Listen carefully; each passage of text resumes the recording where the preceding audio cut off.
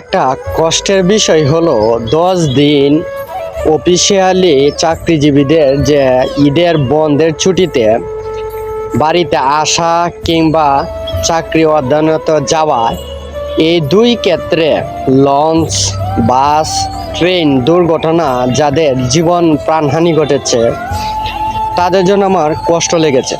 যে তাদের জন্য তো এটা বিলীন পর্যায়ে।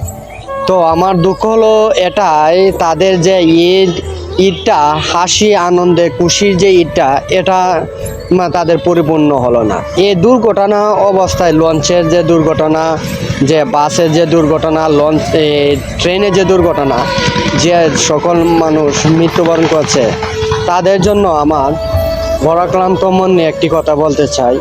তাদের জন্য জান্নাতুল ফেরদাউস দান করুন এবং আল্লাহ তাআলা যেন তাদের বেহেশতে মাকাম দান করুন, এটাই আমার প্রত্যাশা। আসসালামু আলাইকুম।